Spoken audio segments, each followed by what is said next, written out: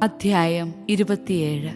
മോശ ഇസ്രായേലിലെ ശ്രേഷ്ഠന്മാരോട് ചേർന്ന് ജനത്തോട് ഇപ്രകാരം കൽപ്പിച്ചു: ഇന്ന് ഞാൻ നിങ്ങൾക്ക് നൽകുന്ന സകല കൽപ്പനകളും പാലിക്കുവിൻ.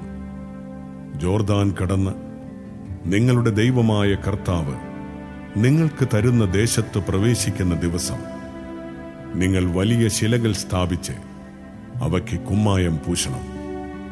നിങ്ങളുടെ പിതാക്കന്മാരുടെ ദൈവമായ കർത്താവ് തന്റെ വാഗ്ദാനമനുസരിച്ച് നിങ്ങൾക്ക് തരുന്ന തേനും പാലും ഒഴുകുന്ന ആ ദേശത്തെത്തുമ്പോൾ ഈ നിയമത്തിലെ ഓരോ വാക്കും നിങ്ങൾ അവയിൽ എഴുതണം.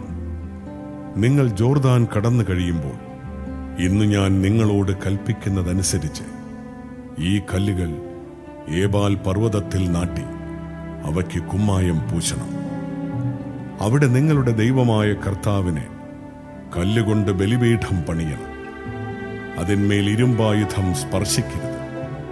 വെട്ടിമുറിക്കുകയോ ചെത്തിമിനുക്കുകയോ ചെയ്യാത്ത മുഴുവൻ കല്ലുകൾ കൊണ്ടാണ് നിങ്ങളുടെ ദൈവമായ കർത്താവിന് ബലിപീഠം പണിയേണ്ടത്. അതിന്മേലായിരിക്കണം നിന്റെ ദൈവമായ കർത്താവിന് ദഹനബലികൾ അർപ്പിക്കുന്നത്. സമാധാന ബലികളും അർപ്പിക്കണം. അതവിടെ വെച്ച് ഭക്ഷിച്ച് നിങ്ങളുടെ ദൈവമായ കർത്താവിന്റെ സന്നിധിയിൽ സന്തോഷിച്ചു കൊള്ളുക. ആ ശിലകളിൽ ഈ നിയമത്തിലെ ഓരോ വാക്കും വ്യക്തമായി എഴുതണം. മോശ ലേവ്യ പുരോഹിതന്മാരോട് ചേർന്ന് ഇസ്രായേൽ ജനത്തോട് പറഞ്ഞു: ഇസ്രായേലേ, ശ്രദ്ധിച്ച് കേൾക്കുക. ഇന്നു നീ നിന്റെ ദൈവമായ കർത്താവിന്റെ ജനമായി തീർന്നിരിക്കുന്നു. ആകയാൽ നിന്റെ ദൈവമായ കർത്താവിന്റെ വാക്ക് കേൾക്കുകയും ഇന്ന് ഞാൻ നിനക്ക് നൽകുന്ന അവിടുത്തെ കൽപ്പനകളും ചട്ടങ്ങളും പാലിക്കുകയും ചെയ്യുക.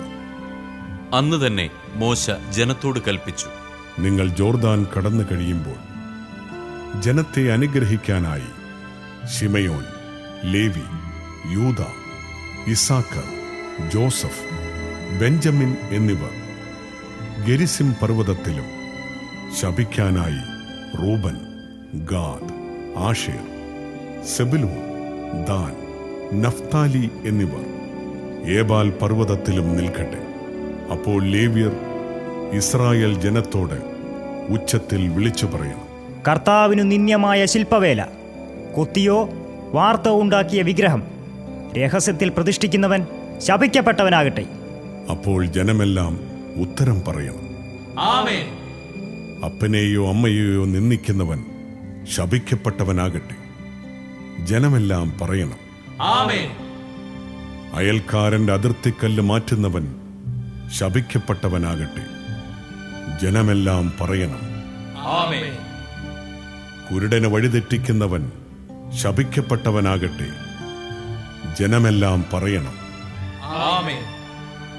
പരദേശിക്കും അനാഥനും വിധവയ്ക്കും നീതി നിഷേധിക്കുന്നവൻ ശപിക്കപ്പെട്ടവനാകട്ടെ.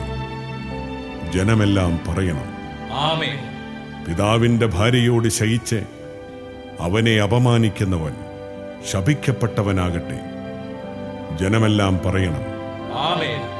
മൃഗവുമായി ഇണചേരുന്നവൻ ശപിക്കപ്പെട്ടവനാകട്ടെ. ജനമെല്ലാം പറയണം: ആമേൻ. തന്റെ പിതാവിന്റെയോ മാതാവിന്റെയോ മകളായ സ്വസഹോദരിയോടൊത്ത് ശയിക്കുന്നവൻ ശപിക്കപ്പെട്ടവനാകട്ടെ. ജനമെല്ലാം പറയണം: ആമേൻ. അമ്മായി അമ്മയോടുകൂടെ ശയിക്കുന്നവൻ ശപിക്കപ്പെട്ടവനാകട്ടെ. ജനമെല്ലാം പറയണം: ആമേൻ.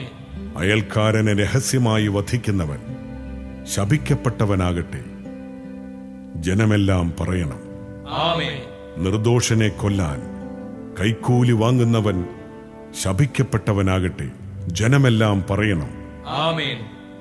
ഈ നിയമം പൂർണ്ണമായും അനുസരിക്കാത്തവൻ ശപിക്കപ്പെട്ടവനാകട്ടെ. ജനമെല്ലാം പറയണം: ആമേൻ.